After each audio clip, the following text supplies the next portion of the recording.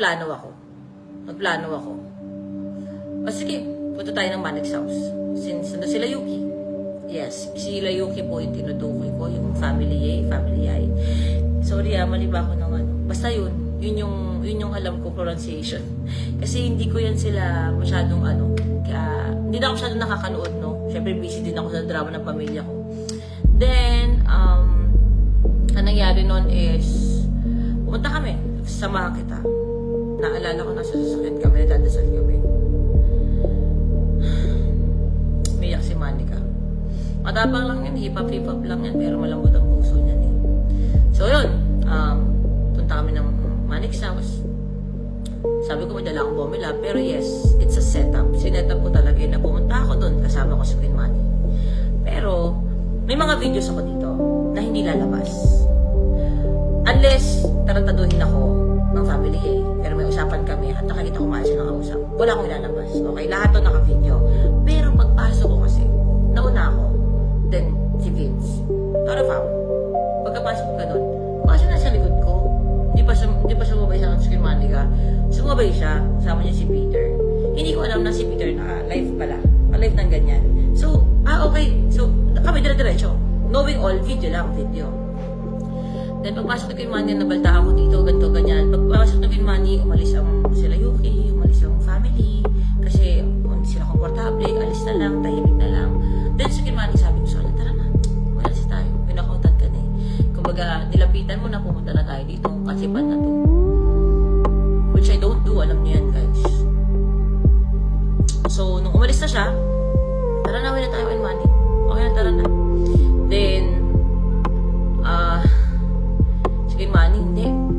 Tagal ko inantay ito eh. Gusto ko talagang makausap. Gusto niyang harapin yung problema niya eh. Okay. Sugod siya ganun. Kung makikita nyo, kasi ano na ito eh, wala na ito dito uploaded. Kung makikita nyo, nakalagdad pa yung book namin nun. Naglalakad ako, sabi ko, shucks, mukhang gulo to.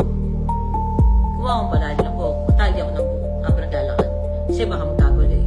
Habang naglalakad ako, tatali ako ng buhok. So, ginawa nila nagdagdagan ng buhok pagpusod.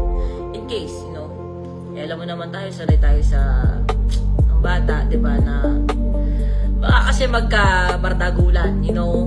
So, yun, lakad kami. Pinasok ni Queen Manny, talagang, aggressive siya. Sabi niyang harapin, pasok siya, pagpasok niya, kumusta ka na? Ganto ka. Siyempre, ang mga kapatid, gumanon agad.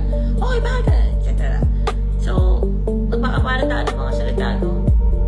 Pero naiintindihan ko yung mga kapatid ni Yuki kasi sila ay naka-defense mode at hindi sila sanay sa may nag-video. Bakit? Wala kaming alam. Karapatan din namin na may alam kami pag binidyohan kami. Ang point of Queen Manny, karapatan ko din to, protection ko to. Kasi palagi ako nasisiraan na wala akong ebidensya. So, naka-video. Pero naka-live pala. Actually, that time, sa kwarto, hindi siya, yung time na chinek ko, hindi yan masyadong na, kasi sobrang labo, kasi nga yung internet, yung signal. Then after nun, malis na kami. Kasi nagsaltaan eh, sigawan na. Alis na out.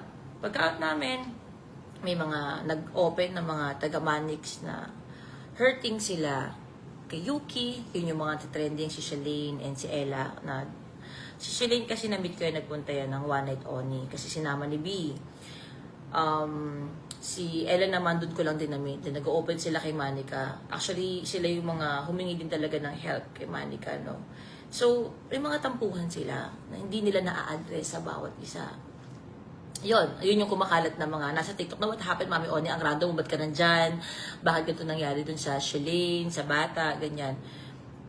And then after that, habang nag-interview, pumunta ulit sila. Kasi siguro nakita nila na binibidyohan pa rin, may nagsasalita. Pumunta sila, edi siguro ulit si Pero magkalayo na that time.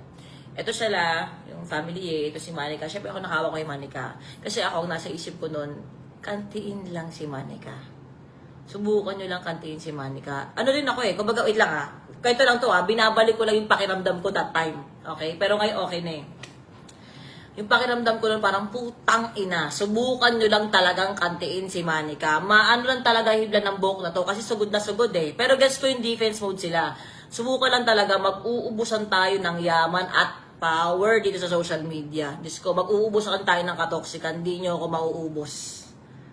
Ganon yung tingin ko. Like, wag si Manica. Kasi hindi mo pwedeng ikaw lang ang nakakampihan. Si Manica din may kakampihan.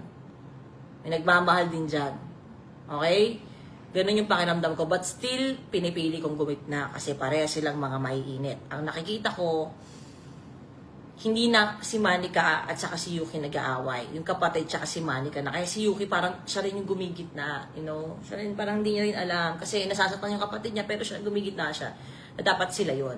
Pero aamin natin, very aggressive si Manica. Kasi gusto niyang harapin. Ano yung sinasabi mo sa akin? Sabihin mo sa harap ko. Lahat ng ginawa mo sa internet, yung mga script na pinagawa mo sa mga dating umalis dito, etc. Aminin mo. Bla bla bla bla bla bla bla. Ending, sinigaw ko doon. Putang ina, bakit ba tayo nandito? Kayo naman magkaaway, kayo naman may shit eh. Kayo naman yung may kagulok. Mag-usap kayo na as kayong dalawa lang. O sige, ano kami, kasama kami, pero kayo. Kayo yan eh. Hindi kami parte, kumbaga supporting lang kami. So paulit-ulit kong ginigita talaga na, o kalma, yung boses mo, masyadong mataas, sandali.